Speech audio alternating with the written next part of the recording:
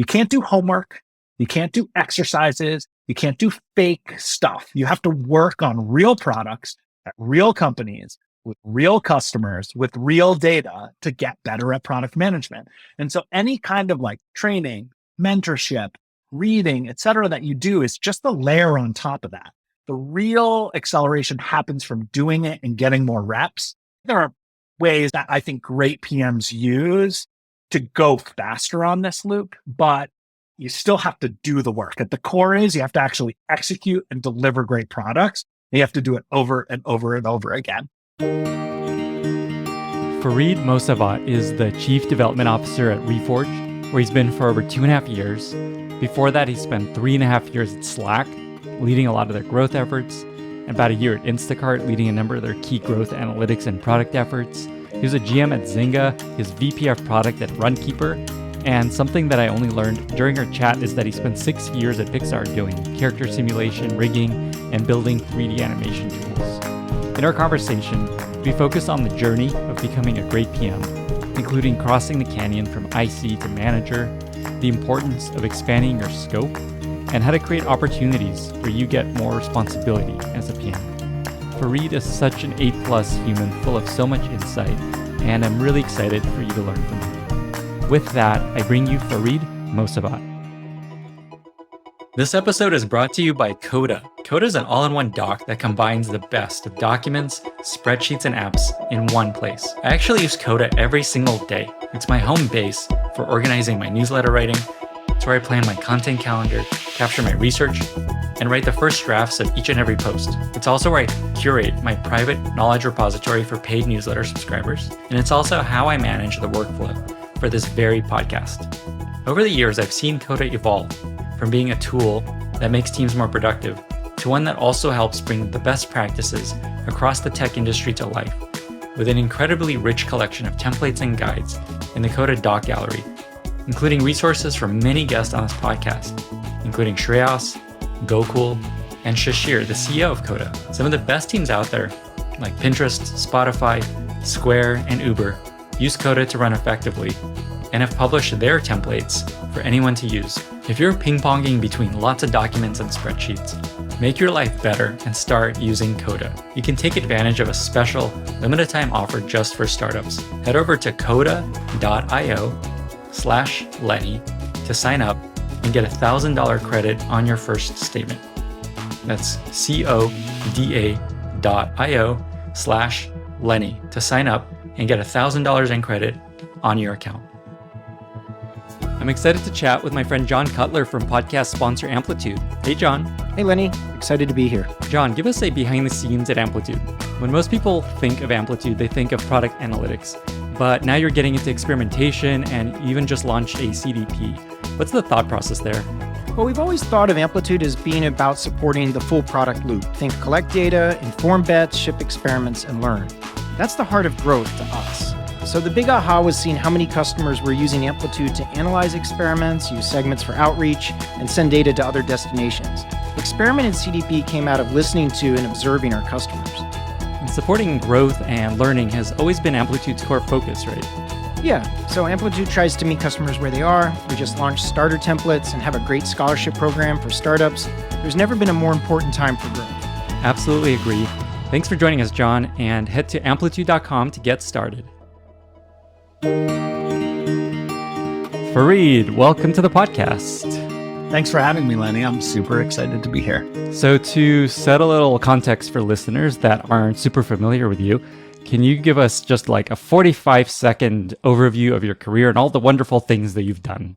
Great. Hi, I'm Fareed Mosavat. I live in Berkeley, California with my wonderful wife and 2 children, but I've been a product leader across a variety of different companies over the course of my career. Today, I am the Chief Development Officer at Reforge, where I help run all of our content teams, parts of our operations, and our partnerships with wonderful experts like yourself. Awesome. What about all the other things you've done? So previous to this, I spent almost 4 years as the director of product for a team called Lifecycle at Slack that is effectively a growth team. We were responsible for the self-service business at Slack, all the way from first sign up, first team creation, through to the first invites, activation, expansion, monetization, and even connecting the dots with our SMB sales team to help nurture some of those small self-service teams into larger commitments through our sales team. I came to that through a variety of different growth and product leadership roles at a bunch of different startups and larger companies. I built one of the first growth teams at Instacart for about a year and a half in the middle of their acceleration. I was VP of product at a company called RunKeeper before that in Boston, health and fitness tracking company. I was a general manager at Zynga. I got there through a startup that I was an engineer at, basically started as an engineer, ended as a head of product over the course of a couple of years, and then got acquired into Zynga, and actually started my career with almost 7 years at Pixar Animation Studios, working on visual effects, software tools, and other creative tech to try and solve problems for a bunch of wonderful films you've probably seen or your kids have seen. Please tell us the films that you worked at. I had no idea that you worked at Pixar. I am credited on Finding Nemo, Cars, Wall-E, and Up. What? I did not know any of this. Yeah. Yeah. Basically, I started there right out of college. I was super interested in computer graphics. I'd actually been an intern there. Was very lucky to be interested in that in the moment where they were really accelerating the growth of the company, going from like the whole company is working on one film to like, okay, we're trying to release a film every 18 months. And so they really scaled up, and I had been studying computer graphics, and I was an engineer focused on computer graphics and a little bit of research in that in college.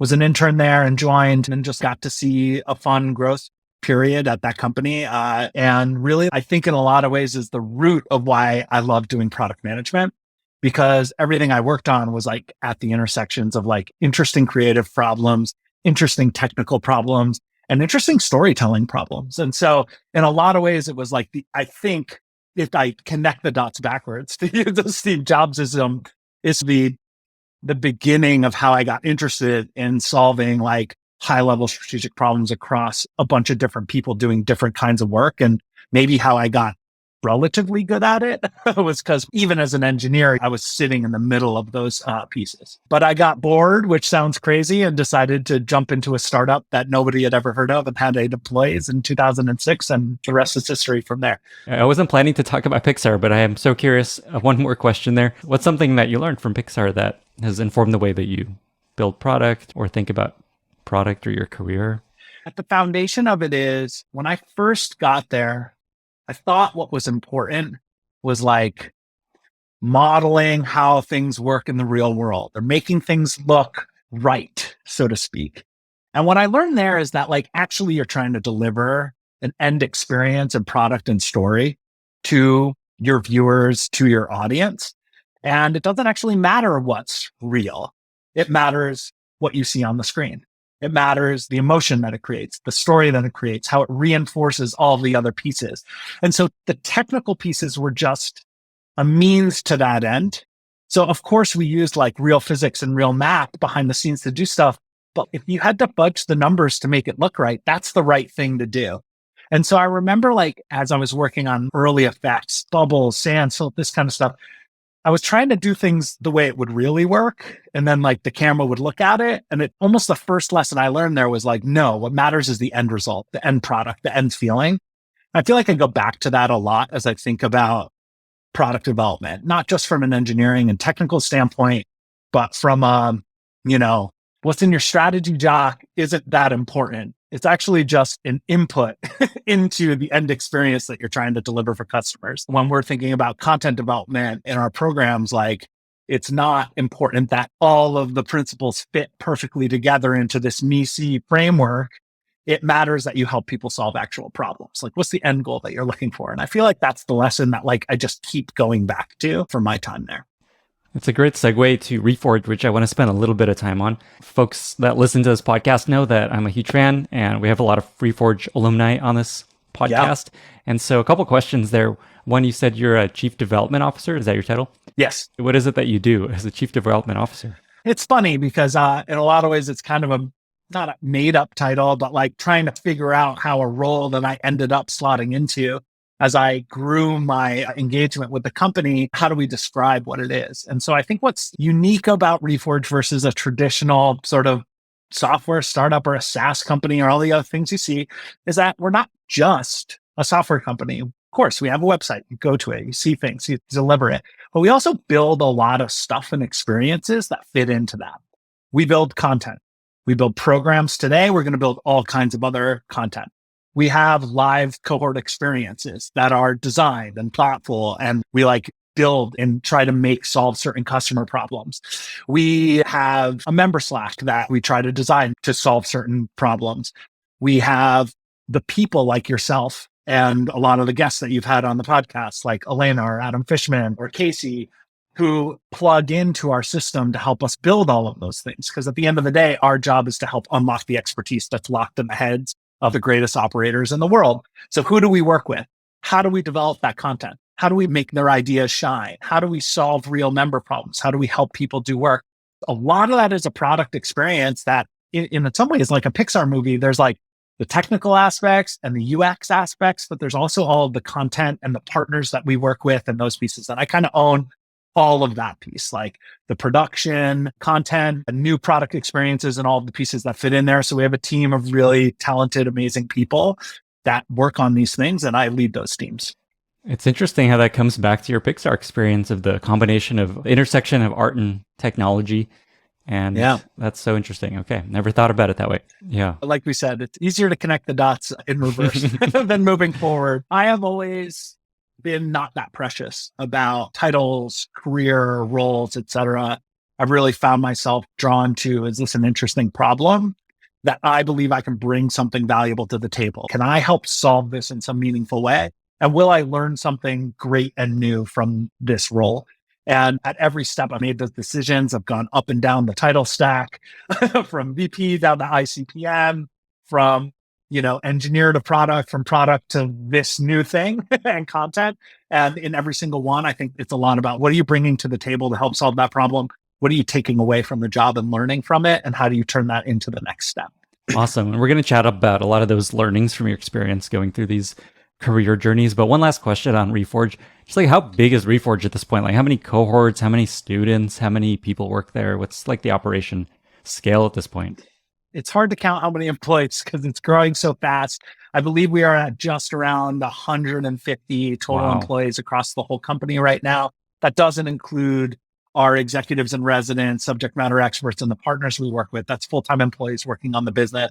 Of course, we have a large product development, product design, engineering, and data teams, but also the teams that I run. We call them strategy leads, content producers, content strategists, content designers, building all of that content, as well as our partners team and operations teams. And so it's a relatively large company at this point. It was when I first started working with it, it was a scrappy operation of just a handful of folks, but we've grown quite a bit over the last year. With that, we support, I believe, now 19 total cohort-based programs across product, engineering, marketing, and growth-related topics, as well as a bunch of new experiences that we're working on for the coming future here in the next year. We have well over 10,000 active members on the platform, about a dozen executives and residents that work to help us deliver those programs, and hundreds of partners, we call them experts and operators in the space, who contribute to our programs in different ways, either as guests or as mentors or helping us develop content behind the scenes. Awesome. And I taught a couple guest lectures this past cohort. And I think my second ever lesson was with you. You were the teacher. Yeah, we talked about instant buy. I think they called it. I can't remember the name. Instant book. Yeah. Sorry, on the Reforge platform for our experimentation and testing program, which was actually also my first program that I helped lead at Reforge. And I think you were my first guest. Oh my god! So thanks for not making me look bad. Thank you. So what's cool about your background working at Reforge and all the companies you worked at is that you've seen a lot of PM careers go well and PM careers go not so well. And so what I want to spend our time on is talking through just the career development journey for product managers. And in particular, the challenges that PMs face trying to become better PMs, and just why it's innately tricky to become better as a product manager. It's such a weird job to get better at. And so my first question is actually, why is it so hard to become better as a PM? Why is it innately a tricky thing to develop as a PM? One of the trickiest bits about it is that there's no clear, obvious pre-training you can do that gives you a baseline set of understanding that you can use to be a product manager. People come from MBAs, people come from certain kinds of majors in college, et cetera, but it's not like engineering, where like, okay, with a couple of weeks of boot camp or a couple of years of a computer science education, I have some foundational knowledge that helps me go from 0 to 1 in my first job.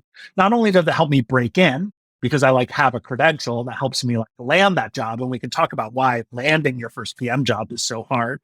But also there's not a lot of stuff that 1-to-1 directly correlates to the work you're going to do on a day-to-day basis. I think there's a idea that Naval Ravikant talked about on Twitter and in blog posts a long time ago, this concept of specific knowledge that can only be gathered by actually doing the work. And a lot of product management really is like that. You get better by doing it. And so you sort of starts in the same place. That makes sense. And of course, there are different skills and intellectual capacities, et cetera, that help different people be more successful at it. But at the end of the day, you don't know if a PM is going to be great until they start doing that work. So I think that's one of the pieces that's very hard. The second is the thing I just alluded to, which is breaking in and getting your first role. It's just like a very difficult situation for a lot of companies. And there are a couple of different paths to it, but none of them are straightforward. There's no like clear linear path, except for maybe being like a Stanford or Harvard grad, top tier school grad in CS with an internship, goes to Google to do an APM program. There are a couple of these things that are surefire, but I don't think they guarantee success. And they are actually like very limited in terms of the number of people that they let into the business. And so I think this is what makes it so hard, is that there's not any upfront training you can really do to prepare yourself or even knock down the door to break in. But then also like, it's not clear there's a lot of training within a company that would help you be successful generally on the job of product management. You can learn how to be a good PM at Google. You can learn to be a good PM at Facebook, but it is up to each individual PM to figure out how to generalize what they're doing to move from different kinds of product across different kinds of product work as they get more senior to solve bigger problems, et cetera. And so what we try to do at Reforge is we are focused on helping people accelerate that learning loop. It's not, hey, if you take this class, now you're qualified to be a PM. It's not really like that. I don't know if that's possible. I hope it will be someday, but it is very difficult.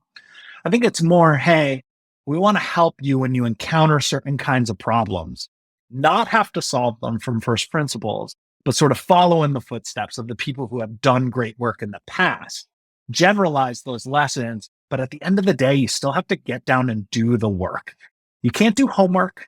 You can't do exercises. You can't do fake stuff. You have to work on real products at real companies with real customers with real data to get better at product management. And so any kind of like training, mentorship, reading, et cetera, that you do is just a layer on top of that. The real acceleration happens from doing it and getting more reps. There are ways that I think great PMs use to go faster on this loop, but you still have to do the work. At the core is you have to actually execute and deliver great products. You have to do it over and over and over again. Yes, let's absolutely dig into that. Let me put out a couple mental models that I'm thinking as you're talking. One is just if you think about a pie chart of a great PM's career and or investments they make along their career journey, like how do you break up that pie chart? Like some percentages doing the work, some percentages courses, maybe some percentages books. So just putting that out there in case that's useful to think about. And then the other is thinking about like the trajectory of a PM on a line chart and what are these inflection points that you've seen most impact the career trajectory of a PM? So let's start at the first one, the pie chart idea, like what percent is spent on different things. Unsurprisingly, because Reforge is all about growth loops, I think of this in terms of a loop, actually, which is like, what is that sort of learning or career acceleration or ability acceleration loop? And at the core of it, at the top of the loop is execution. You have to have a real problem you're working on with real customers that you want to solve in some way. So you're executing, you're delivering, you're learning at the beginning. It's all about execution. So we'll start with the pie chart at the beginning. It's almost all execution. What are the problems you give a junior or brand new PM? Known problem, known solution. Please work with engineering and design to deliver that thing on time and then tell us what happened. So it's like a very tightly constrained problem. As you level up, then some of these things become more unknowns. So there's execution. But I think the next step that great product managers do is they think about how to generalize that execution a little bit. So it's not just, okay, now I know what the best settings page for Slack is. It's what generalizations did you make What are the things that you can take that are applicable to other stuff? Some of that is execution oriented, how to best work with engineers, how to iterate on designs, what customers do and don't do, rules of thumb, those kinds of things. And I think that's where reading, courses, et cetera, can help. Because sometimes by bringing other or one-on-one conversations with experts, et cetera, like there are a whole bunch of different ways, but is that the generalization step? Hey, I did this thing. Oh, other people have done something similar. How do I connect the dots on that? How do I make this experience bigger than what I've just done and lead me to help solve other problems? These are things you're doing in your head, basically. You're just kind of like developing frameworks, mental models, things that you're just like taking with you to the next project in your mind. Exactly. So to use an example, there was a time at Instacart where we were working on onboarding, brand new onboarding and activation flow for customers. And we tried a lot of different stuff. We tried like the slimmest, fastest, lowest friction, least number of steps path in. And then we had this hypothesis about helping people get set up. And so we took like the opposite approach, which was like a really long onboarding with a bunch of different steps and wanted to see, was that more effective or less effective? And the generalization is, for products that have a high bar to activation, sometimes more setup and higher friction, good friction, can actually help those customers be successful. There are other kinds of products that are high intent where they know what they need to do to have simple actions, where lowering friction might be the right thing. So that's a generalization. It's a generalization of, I learned a thing. It's a hypothesis about how that might generalize to other kinds of products or other kinds of problems that you approach. And I think some of that can come from seeing it from the outside, listening to a podcast, hearing me say it, taking a course, et cetera. But at the end of the day, you have to experience it to see how it applies in the real world. And then the next bit is communication. And I think this is a bit that a lot of product managers, or honestly in any job, miss, but you can't just do the work. You have to actually communicate the work. You have to talk about what you're doing, what you've generalized, what you've learned, so that you can hit the next step, which is scale your opportunities. Go from smaller, known problem, known solution to maybe known problem, unknown solution type work, which is sort of the next step. And then eventually to where you want to be as like senior, great, high level individual contributor PM to the not quite known problem, maybe a goal with a set of problems and unknown solutions, unknown problems, unknown solutions, where you're actually identifying customer problems and moving towards on that. So scaling up your opportunity and then executing again. And I think of this as like a loop of learning. And so, of course, the percentages change over time as you move more senior in your career, but also depending on where you're at in the step, the percentages change. Got it. So just to recap, execute, just do the work, just ship. Yep. Generalize learnings from shipping to like build up your gut feeling of what will work and not work. Learn to communicate things you're doing, and then scale the things that you're executing based on this kind of gut feeling you're building, and communicate that out and just continue. Do you think scaling take on more scope or have more impact? Is that kind of how you think about scaling, that last piece? Yeah, I think it's one, moving from knowns to unknowns. So like you're being given hairier, harder to untangle types of problems with more unknowns and more autonomy. And I think the second is, of course, although I think for the beginning of your career, you tend to go deeper. So it's like, okay, I'm going to work on growth, let's say, or core product or 0 to 1 products or technical scaling, whatever it is. I'm going to go deeper on that. And then over time, that sort of turns into width. But this is why the generalization step is important. If you want to be a product leader, you cannot be seen solely as a specialist in a certain kind of product work. And so the generalization step is really important. If you want to move from growth to core product, you need to show that you're not just running experiments and driving numbers up. You need to show and communicate that you're learning deeper lessons about how customer psychology works and what products people resonate with and how to think about the business more holistically. And then communication, no one knows what you're thinking if you don't tell them. So if you don't communicate, you don't have control over those scaled opportunities. Usually your manager or the organization or the company does. Maybe by switching jobs, you have some control, but you need to earn that right. You need to communicate. And that's why I think there's like pieces of the loop you can control and pieces that are externalized. I'm curious in your own career, what the biggest inflections of growth have been, either in terms of learning or impact or just like opportunity. The first big one was when I switched from being an engineer to being a product. I didn't even know it was product management, but a product leader of some kind. And I think there are two things that happen. One is you got to be doing this stuff, but often somebody needs to see it. The scale opportunity piece of the step often requires someone from outside to notice that you're doing something really well and trust you with a bigger opportunity. And I think of this as sponsorship, not mentorship. I don't necessarily find that in my career, I've had a lot of managers where I'm like, wow, their like day-to-day help was super awesome at helping me be a better leader. I hope that I've been that for some people, but I don't have a ton of examples of that in my career. But what I do have is a couple examples of people who deeply trusted me to solve big problems.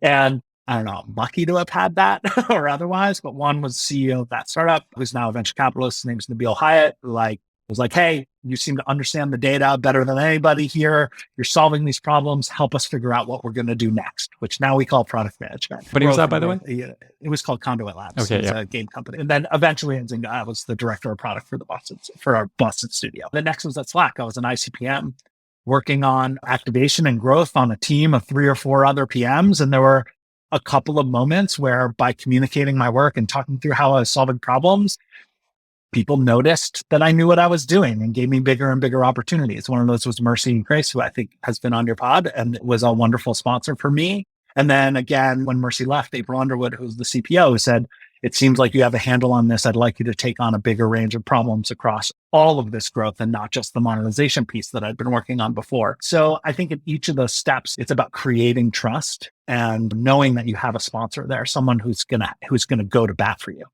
I really love this point of sponsorship. We haven't talked a lot about this on the podcast. There's a lot of talk of finding a coach or having a manager that teaches you how to do the job. But this idea of just like getting to a place where someone gives you an opportunity to shine. And that's been really big in my career. Just like certain managers, just here, Lenny, you take this and let's see what you can do. Is there anything else you can recommend to folks to create opportunities for sponsorship? You talked about communication, executing well. Is that just the core of it? Like doing a great job and communicating the great job you're doing? This idea that like it's what you do and that's multiplied by your ability to show that work and communicate it. And that's the impact that you can have. But you have to have not just impact on the customers, but also on the organization. And I think it is impact on the organization, changing the way people think about problems, helping generalize what works and what doesn't work, bringing learnings to the table. For me, I've worked a lot on growth, and I've treated a huge part of my job as not just moving the numbers, but also teaching the organization how our growth model works, how the pieces fit together, what our customers care about, what's working, what's not working. And that creates a lot of leverage in other parts of the organization because they can do better work by having more information, but also trust from leadership, trust from your peers and otherwise. So now how do you get to that? Some of it's just luck. Someone's got to believe in you. You can create your luck by being good at communicating and solving hard problems. I think the other piece is knowing when you go into an organization, is this a role that's important to the company? Is it on the list? I think it is easier to find sponsors, communicate, and create leverage if the thing you're working on is in like the top 4 or 5 most important things the company is working on.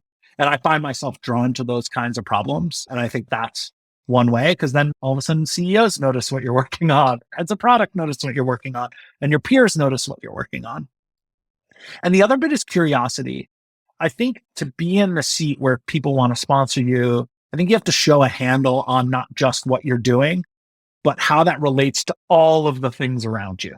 So I call this like going 2 stack levels up, 2 stack levels down in terms of your curiosity and what you understand, and then also knowing what's to the left and what's to the right.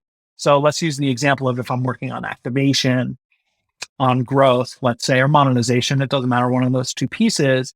When I say 2 stack levels down, I like to understand how we build customers, how it works in Stripe. What are our dunning policies? What are the technical things that work and don't work in the pieces, like all maybe down to the database, right? It's like technical curiosity, those kinds of things, but also like mental models for what's above you.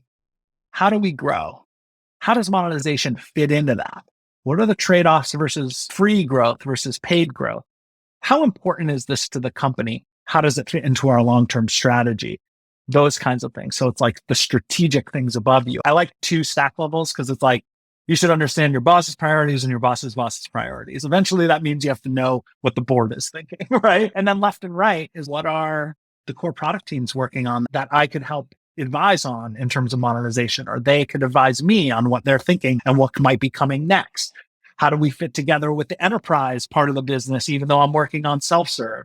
How do I think about sales? Do they have input, like interesting customer conversations or input? It's this curiosity, like walking around, getting to know what people are doing and being seen as an expert. Are you the desk people go to when they have questions? Are you a person that people ask the opinion when you're trying to figure out how the dots connect?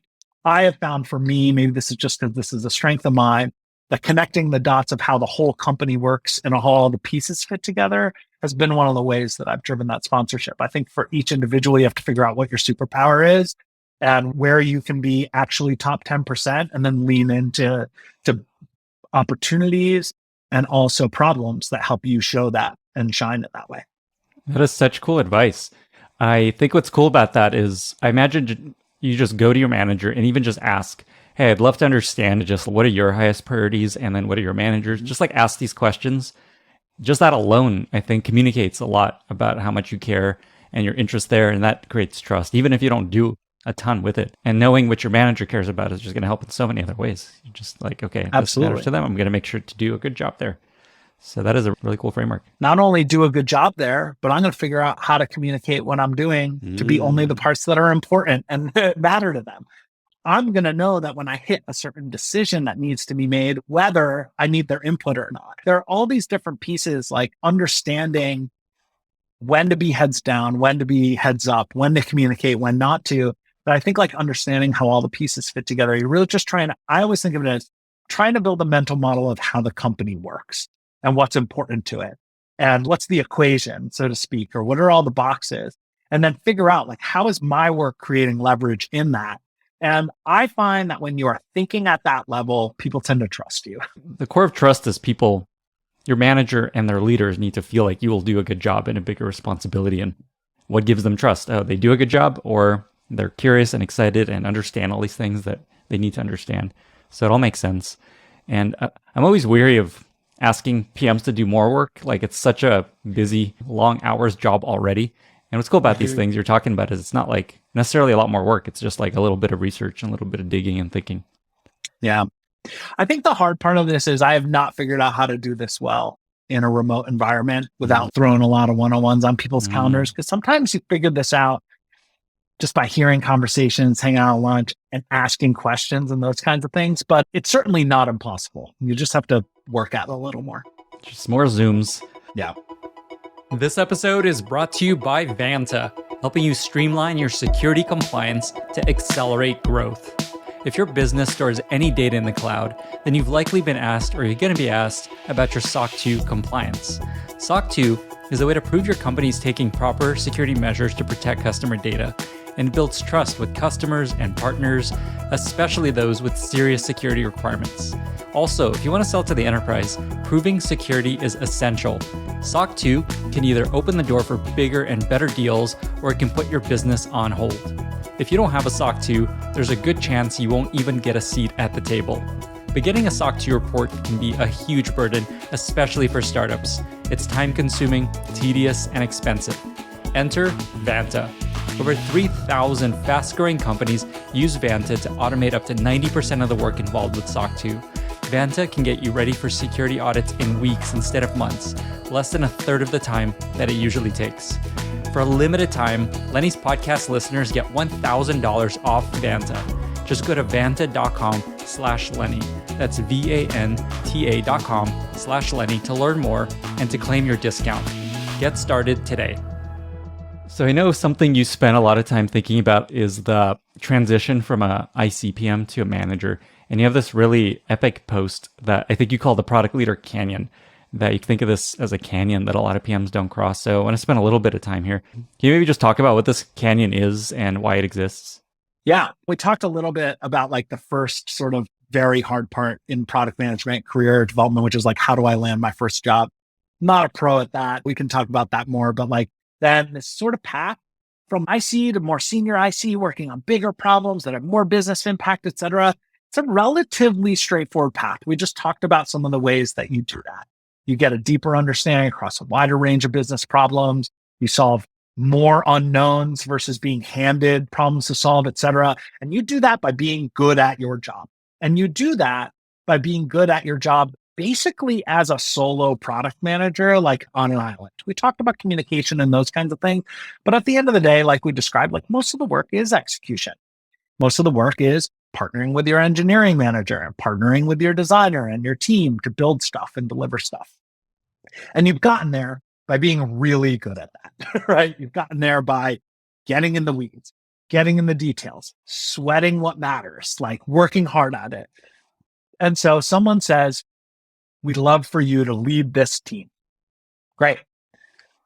It's really easy to look at that and say, okay, now instead of owning free to paid conversion, I own growth overall. And the first thing you do is like start to figure out what are the most interesting and valuable projects that I can work on. And as an IC, because I only have one person on my team, to go dive in and like work on those things to make a lot of leverage. And this kind of can create a little bit of a spiral of like failure because it's a hard job. The IC part of the job is really hard. So now I gave you more work across more things. And you're already working 50, 60 hours a week. And now you got to keep track of more projects across more teams and more people. And maybe you kept the 2 or 3 most critical ones to yourself. So that's one angle, is like learning about, yes, it's probably the right thing in the near term for you to focus and work on this and be really directive about what to do and get into every single detail and make sure you deliver the best product. But long run, you've taken a learning opportunity away from someone else, and you've taken the opportunity for you to be a leveraged person that is more valuable than just their time away as well. So I think that's one piece that drives a lot of failures. Just this like, okay, now I have more problems to work on. I'm going to go deeper on it. And handing the people on your team the least interesting, least leveraged, least fun stuff to do, thinking that's how you get to like, oh, now I get to work on the fun projects and the interesting and high leverage ones, and I'll leave all the other ones to other people. I think you call this the manager death spiral. Is that the same? Yeah, it's manager death spiral. Yeah. This is not unique to product management. This happens in almost every leadership role. You're in a position, you have broader responsibility. You got there by being the best IC on the team, probably. So your instincts are to IC a bunch of important stuff and do management stuff too, right? People may be like, oh shit, how do I avoid this death spiral? Do you have any advice? Maybe you'll get there, but just like, how do you avoid this death spiral of keeping all the good stuff and just not scaling yourself? I think the first is, honestly, just you have to start trusting other people, which is not common to where you've been till today, but you have to start trusting. You have to shift from doer to editor is the way I think about it. You have to shift from my job is to do the work to my job is to make the work better. My job is to plus the work, to review the work, to help other people solve problems. Sometimes that's by being directive, right? Sometimes that's by letting them run because you're like, Lenny, you're great. Please go solve this problem. Call me when you have a problem. If you have people that are in that upper quadrant of like, they understand the problem, they have the level of experience to solve it. It's maybe not 100% important. Maybe it is, that kind of thing. And then there's the coaching middle, which is like, how do I help make that work better? And you have to start figuring out like, where is each person on your team in their expertise and what level of input is the highest leverage for me? I actually think of it as start thinking in terms of being lazy. What's the least amount of work I can do to make this thing as good as possible versus how do I do as much work as possible to make sure it's great? So it's like looking in terms of ROI. The other is just like hiring, bringing on great people you trust, making sure you're staffed appropriately. So this is a second bit. I think one of the bigger mistakes that new ICs make on teams is they still treat problems the same way they did as ICs, which normally when you run a pod, basically your job is, how do I deliver the most value with the resources I have? When you're a leader, it's now your job to propose, what are the resources we need to have the most impact on this problem? And I think I personally have messed this up a bunch of times where like at the end of the quarter, I'll be like, yeah, but like we only had 4 engineers and this is like what we could do. And like, that wasn't what we asked you to do. We asked you to solve this problem. So if adding 4 more people was what you needed, or you needed the marketing team to do X, Y, and Z, you need to go out and do that work now. It is not just your job to get what you can get done with the resources in front of you. It's your job to marshal resources both inside your org and across your organization. I think that's another big area. It's related to the trust bit, because it's this habit of, oh, I got here by doing everything myself. You have to start realizing that like your job is to convince other people to do work too. Awesome. So going back to the canyon, so the first piece was essentially over focusing on just being too good at the thing you're already doing versus going broader. Is that right? So it's like, hey, how do I maximize my output? I can do this myself faster than I can explain it to someone else. So I'll just do it. And then finding that you're blocking your team because you're in the middle of every single decision, finding that you're totally overworked, and finding that people aren't learning or growing because those opportunities have been taken from them. So what do you do to break that? You have to just like slowly start to give up trust, do that. So I think that's the one bit, is that like death spiral of what's getting stuff done. No, you can curse all you want. That's all good. Okay, great. Oh, you've just done well. Be careful with all you want. Nobody has cursed yet on this podcast, and it's all allowed. Okay. It's the internet. I don't know. We'll solve that. Okay. Don't worry. I think the other is what I call the 4 types of product work. And I think this is not always right at the manager stage, but for every great product leader, you go from being an expert in some type of product work, and I'll describe what those are, to now owning a portfolio of work across a bunch of different dimensions. So the way I think about product work, and Casey Winters and I worked on this framework together, a lot of it comes from him, so I don't want to oversay it, but it's all part of our product strategy program at Reforge, is first feature work, adding new features, product experiences, et cetera, into a product in order to drive engagement with your existing customer base and solve a wider range of problems. The second is growth work. How do I help my customers, or a broader range of customers, connect with the experiences we already have and drive acceleration and either top line growth or monetization or whatever the most important metrics are? I think you've had many guests on to talk about growth type work. The third is related to growth, but I think is slightly different, which is what we call product market fit expansion. So it's not exactly feature work, which is like, hey, now that I use your product more, I have this thing I need, in order to keep using it because I'm a power seller, or I'm, those kinds of things. But instead, we want to attract whole new subsegments of markets to the product by adding something. And there are 2 forms of product market fit expansion. There's either taking the same product and finding a new audience, things like internationalization, or vertical, like I'm going to sell the same product to a different vertical because we're a verticalized product.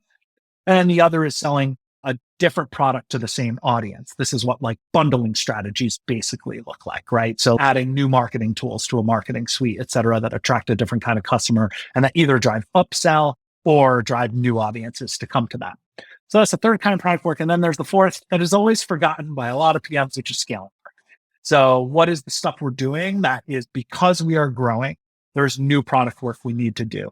Most people think of this as technical scaling, but I actually put things like trust and safety and other kinds of what we call user scaling problems in this as well. There are a lot of problems that come up at Airbnb just because instead of having 10 hosts, you have 10,000 hosts, right? There are a lot of problems at Twitter and Facebook that are well publicized that are a result of their scale. And I think that's a chunk of work that I put in the same category as technical scaling, which is like, how do we make sure the product continues to work for the people who are using it?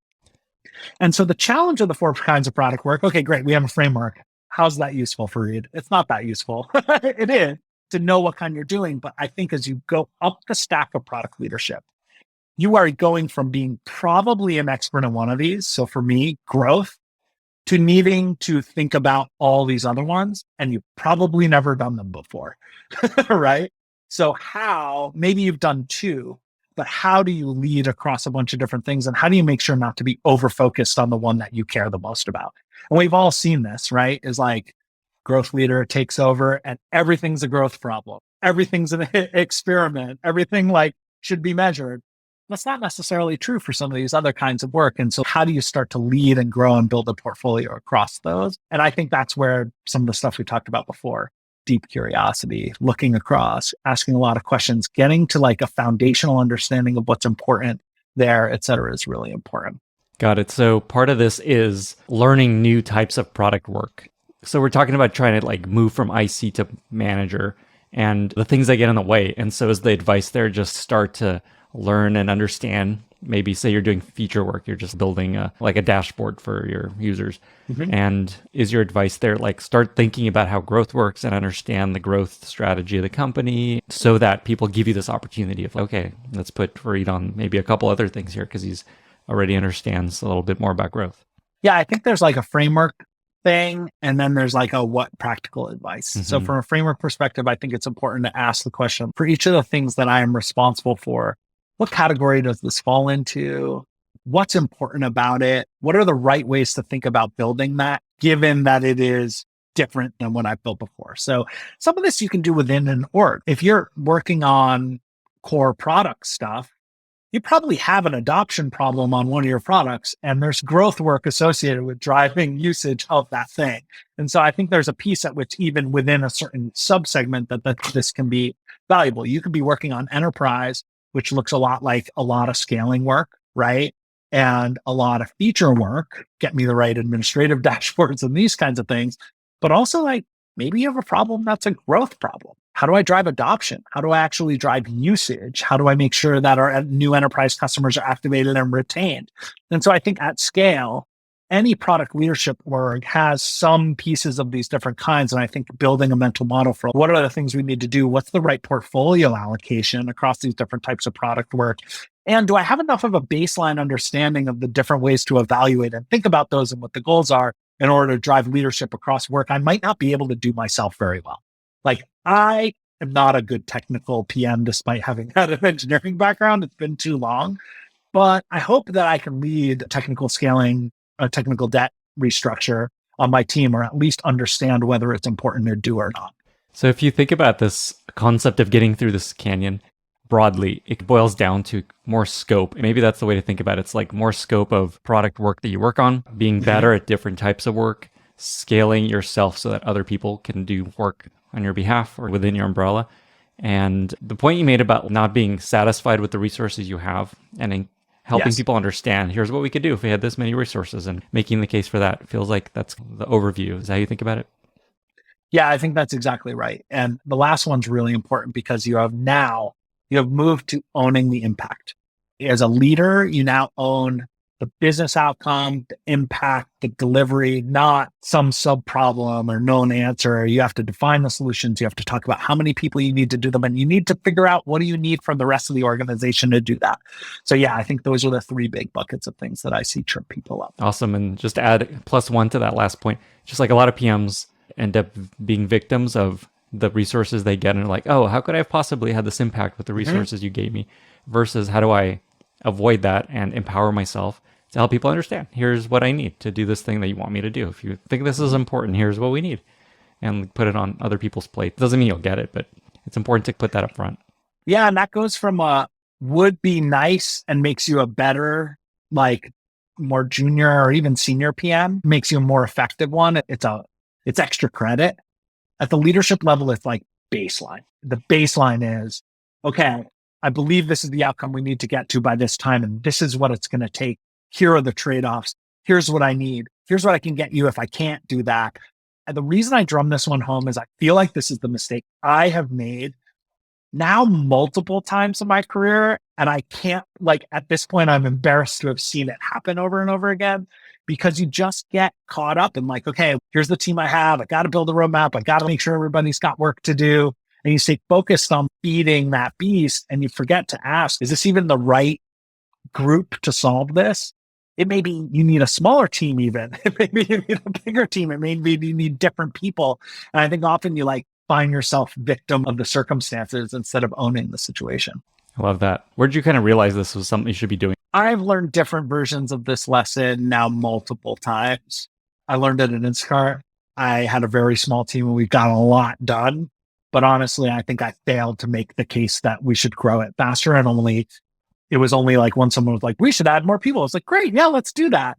I don't think I was hurt by that, but I think like it was oh, you have permission. You should have asked kind of thing. And I think at Slack, the lesson I learned was about cross-functional. Like, I think we did a good job of making the case for why we needed new teams or add more things to drive more impact. But I still took a very like product approach to solving activation, monetization, expansion type problems. What I think is I look at what could have moved the needle more and what it could have made me a more successful leader at that company, it would have been partnering more closely with marketing, for instance, to figure out how we could be working on things together, helping drive their roadmap and vice versa. Same with sales, same with the data org, same with finance, those kinds of things, where I don't think I was driving enough of the high level outcome I owned, which is like driving growth of the self-service business across the other parts of the company that needed to do that. I was a product leader, so I did product work, and I lesson learned. Yeah, thanks for sharing that. So we've been talking a lot about the regular path and getting better and accelerating your path as a product leader and staying on this track. There's also this alternative track that I know you're passionate about, and Reforge just become a beacon, it feels like, of folks that are moving away from working at one company to working at many companies and scaling their impact. And I'm curious to hear your thoughts on what you've seen there. There's this large trend of just like senior people becoming advisors, writing things, newsletters, for example. And I'm curious what you think is happening there and how you think about that. It's interesting. The whys are hard to like pin down, but it's definitely happening. I think some of it is maybe COVID induced. Some of it is remote work driving these trends. And some of it is just like, there are a lot more leaders who are a lot more in demand. So just to like recap the trend that I think we are seeing, and that has been really interesting, is a trend of like senior leaders, people with like meaningful operating experience, first diversifying their impact, maybe while they're still at a full-time role. Someone like yourself, Lenny, maybe was full-time at Airbnb or a similar company and said, hey, I'd like to do some advising, some angel investing, some speaking. Maybe I'll start writing a newsletter on the side. And then moving to this new category that I don't feel like really existed. Maybe it did in certain pockets of executive leadership around tech and startups, but really seeing it in product management, a shift towards the best use of my time in my career is to work across a portfolio of problems at a variety of different companies. And so we are seeing a larger percentage of our like executive network. It's still small, but working on things like newsletters, podcasts. Those are sort of the like at the edge of the like content creator side, but also full-time advisors, fractional heads of growth, fractional heads of product, one day a week, et cetera, long-term advisory relationships, running workshops, these kinds of things that are more like a la carte. I think they love it because of the flexibility that it creates for them. They love it because of the high upside and sort of like non-linearity of possibility of results. Now, instead of having equity in one company for 4 years of 100% of my time, it's a portfolio approach to the, not just the time and energy, but also the upside and opportunities that are there, as well as the fact that they're just so in demand. For senior leaders who have been in meaningful seats at well-known companies, you're getting hit up by recruiters all day long. And the decision, what do I want to spend the next 4, 5, 6 years of my life on, if it's just one thing, is a very difficult one. And so what we're finding is people seeing, hey, you don't need me full time. What you need is me here a day a week to help your up and coming leaders be awesome. And we're just seeing more and more of that in the industry. And it's been a really interesting trend to observe. Of our executives in residence, I would say most now are exploring this kind of like advisory, fractional or otherwise portfolio-based approach to their futures, whereas most of them came from full-time roles beforehand. And the EIR program at Reforge is designed for that. The idea there is you don't know what you're going to do next. Come teach some class at Reforge, help some folks out, and then use that as a time to explore what you're going to do next, right? Yeah, it is. And the hypothesis, I was one of the first EIRs. So I started as an EIR at the company and then ended up joining full-time as an executive. The hypothesis was, hey, let's give people 6 months to a year so that they don't just hop from one really high stress, really difficult job into the next one. We also want great operators teaching and leading our programs. How do we build a win-win situation? And so what we did was we created the executive in residence program as a way to help top operators have like a transition point. But I think the hypothesis was that most of them would like take on the next VP product role or CPO role or CMO type role. And what we're finding is that more and more of them are using that space and time. They are building up their understanding of where they're experts and what their like real 10x value is. and then finding ways to do that across a variety of different companies and organizations versus just a single one.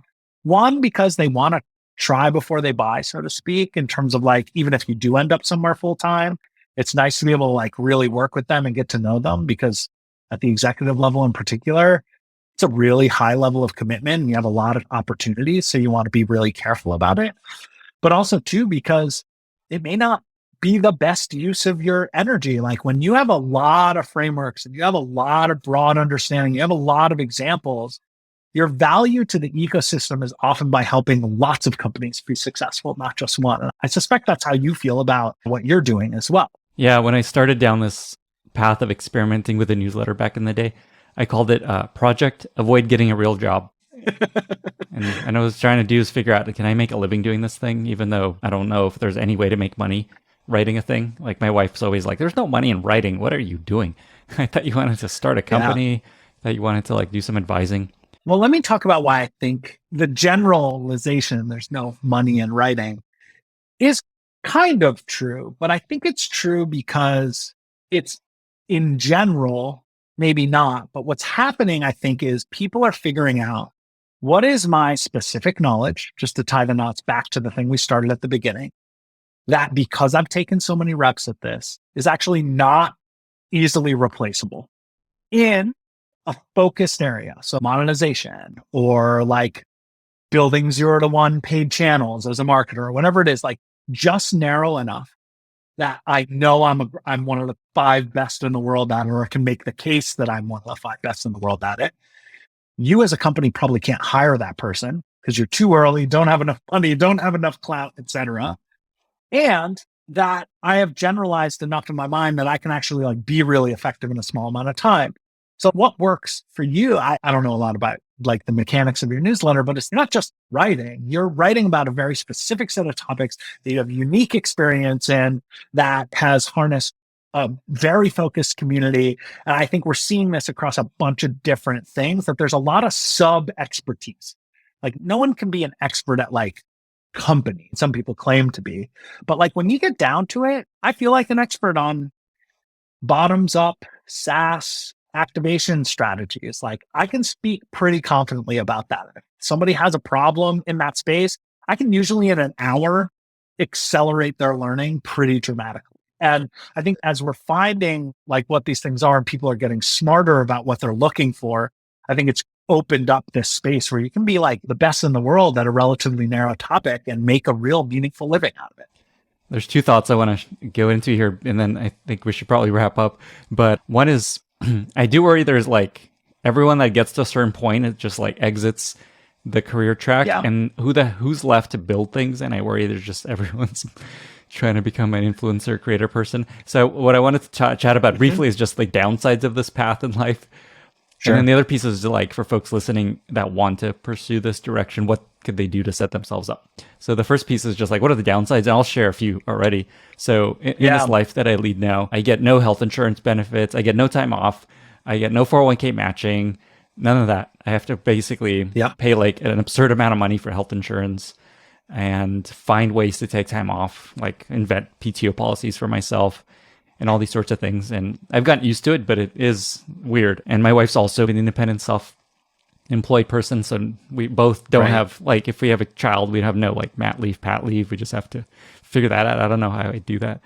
So that comes to mind for me. What else have you seen as the downside of this path? Yeah, the second is it's unclear what the longevity is. Like, how far can you be removed from your full-time experience and still be valuable? This is why I actually think this is a better path than what used to happen, which is all the great operators turned into VCs and venture capitalists, right? And there you're like pretty disconnected from the ops. I think this advisory type path, I'll leave the creator piece alone because I'm not as familiar with it. But in the advisor path, you are still maybe spending a day a week with these companies. You are still you're helping grow the next generation. I don't like to say generation, but like next crop of up and coming leaders. So the question mark for me is longevity. Is it possible to build more and more amazing companies if more and more amazing operators are leaving the full-time workforce? I don't know, but I hope that it's better than what it's been because they're building and doing, etc. So I think that's the other like question mark and downside. And I think we think about this as part of our ecosystem. I think as long as people are doing and generalizing and executing, as I talked about at the beginning, I think they can still be valuable in a meaningful way and maybe provide access to that kind of knowledge for a broader range of companies. The other is just like, if everybody does it, then maybe it's not so unique anymore. So I think there's a question there as well. And the other piece is like, you're constantly having to do sales and BD as an advisor. Like, who's the next company? You're always wondering if there'll be more, if they stop. It's a real part of it. That's why it has not been attractive to me personally, I will say. I like being focused on a singular problem for some amount of time. I do a lot of portfolio-y type stuff outside. I advise casually. I do some coaching, not coaching exactly, but mentorship for a couple of different up and coming product leaders. I do some angel investing, those kinds of things. I like to see what's happening around me, but I do like having an anchor. That's like my main thing. And I don't like selling. It turns out I don't. And so you have to like that, I think, to do some of this stuff. But I think there are things like our platform at Reforge will be able to do for these kinds of operators a long period of time to make that easier and easier. So no promises, but stay tuned. Oh shit. Okay. So then going back to maybe as a final question, for folks that are just like, that sounds great. Maybe in the future, I want to become full-time advisor, EIR person, writer person. What advice do you have for folks to set their career up for a place where they can get to a place where they can become full-time advisors, let's say? This generalized step I talked about in the learn loop becomes even more important if what you want to do is not just do your current job well, but be able to communicate why that expertise is valuable to other people, other companies across a wide range of things.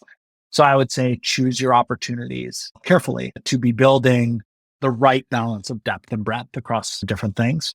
You need to connect dots. So you do need different data points from different types of product work and different types of organizations, because you don't want to be so narrow that like only D2C e-commerce companies that sell, once a year purchases or whatever is the only thing you can work on. It's just an example. I could have come up with a bunch of others. You need to have some breadth, right? But it's like same problem, different industry is one way to think about depth. That's focus. Different problem, same industry is another way to think about it. But you have to come up with a unique intersection that is clearly you are in the top tier of the people who know how to do that. That's a little bit nuanced. There's an art to it, I think, in some respects, but I think that's an important piece of the puzzle. Second, work at great places. I think this is good advice for almost all product managers in particular, but really anybody working in tech. For better or for worse, where you worked matters to people. And for two reasons. One, it's easier to do great work at a place that is fundamentally working. When the tide is rising, there are tons of opportunities to make meaningful, deep, awesome impact. And the second is what you talked about. Like you're going to be in the sales business eventually. And it's a lot easier to sell experience at places people have heard of than places nobody's heard of. Unfortunately, that's, I think, a big piece of this puzzle as well. I don't have to spend a lot of time talking about what Slack is. You probably don't have to spend a lot of time talking about what Airbnb is. And I think that helps. And it is a meaningful part of the piece of the puzzle. Absolutely. Fareed, I feel like anybody that's listened to this episode is going to be a better product manager. I'm very confident of that. And I'm really appreciative. Hope so. I'm sure of it. And so just to close, where can folks find you online if they want to reach out, learn more, and how can listeners be useful to you? You can find me on Twitter almost most days, FAR33D. It's been my handle since I was a young man. So complicated. So, check me out there. It's just threes instead of E's. Right? And that's probably my social network of choice and best place to communicate or hear what I'm thinking about or what I'm doing. Obviously, I do a ton of work at Reforge on our events. I host a bunch of different things, do a lot of stuff. If you're interested in these kinds of topics, please, I don't want to make this a sales pitch, but like, we have a lot of programs that are dedicated to deep dives into the problems that we've talked about here. I'm dedicating this next chapter of my career to helping a wider range of product leaders be great at their jobs. And that's what we do for a living. And I hope that we can help folks there. As to what people can help me with, I don't know. I'm always looking for people working on interesting stuff or with interesting, unique problems. If you're a founder working on something interesting and you're looking for an advisor, practical advisor, not for me, but we have a wide range of network experts that I'd be happy to connect folks with. And if you're a product manager on a team that's looking to figure out how to break through on certain problems, reach out. Maybe we can help with Reforge, or maybe I can help individually. Thanks for being here, Fareed. Yeah. Cheers. Thanks for having me, Lenny. I think what you are doing is wonderful and making a big difference for PMs everywhere. Same. So thank you. Thanks, man. Cheers.